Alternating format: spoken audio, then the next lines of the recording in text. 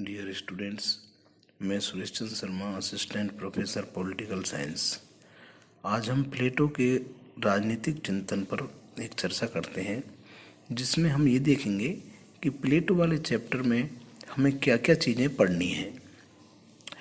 प्लेटो एक आदर्शवादी दार्शनिक विचारक है और आदर्शवादी होने के नाते प्लेटो के चिंतन में हमें कल्पनाशीलता अधिक दिखाई देती है।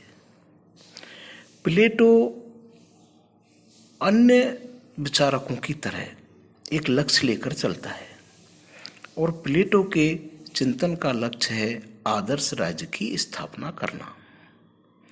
इस प्रकार हम देखते हैं कि सबसे पहले हम प्लेटो के आदर्श राज्य को पढ़ेंगे। अब देखेंगे कि आदर्श राज्य की स्थापना की कल्पना करता है प्लेटो, तो आदर्श राज्य का संचालन कौन करेगा? तो प्लेटो उसके लिए एक दार्शनिक राजा की परिकल्पना करता है। प्लेटो का मानना है कि एक बुद्धिमान, एक पढ़ा लिखा और योग्य दार्शनिक व्यक्ति आदर्श राज्य का संचालन करेगा।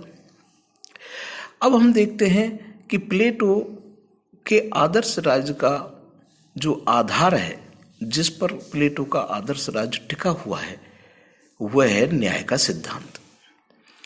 तो हम न्याय का सिद्धांत पढ़ेंगे। प्लेटो के न्याय के सिद्धांत के आधार पर ही प्लेटो एक आदर्श राज्य और उस आदर्श राज्य के संचालन के लिए एक दार्शनिक राजा की परिकल्पना करता है। तीन चीजें हो गई: आदर्श राज्य, दार्शनिक राजा और न्याय का सिद्धांत। क्योंकि प्लेटो का मानना है कि जब तक समाज में, राज्य में न्याय नहीं होगा, आदर्श राज्य की स्थापना नहीं हो सकती। अब हम देखते हैं कि ये न्याय जो है, ये न्याय दो चीजों पर टिका हुआ है।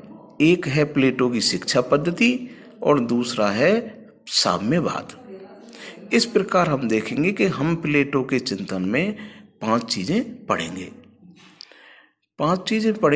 आदर्श राज्य, दार्शनिक राजा, न्याय का सिद्धांत, शिक्षा पद्धति और शासकों पर लागू होने वाला साम्यवाद। प्लेटो के आदर्श राज्य की सुंदर इमारत उसके न्याय के सिद्धांत पर खड़ी हुई है और ये न्याय का सिद्धांत दो पिलरों पर खड़ा हुआ है, एक शिक्षा पद्धति, दूसरा साम्यवाद। और इस सुंदर इमारत के मेहराब जो हैं वो दार्शनिक राजा के रूप में सुशोभित होते हैं। इस प्रकार हम प्लेटो के संपूर्ण चिंतन में इन पांच चीजों को पढ़ेंगे। Thank you.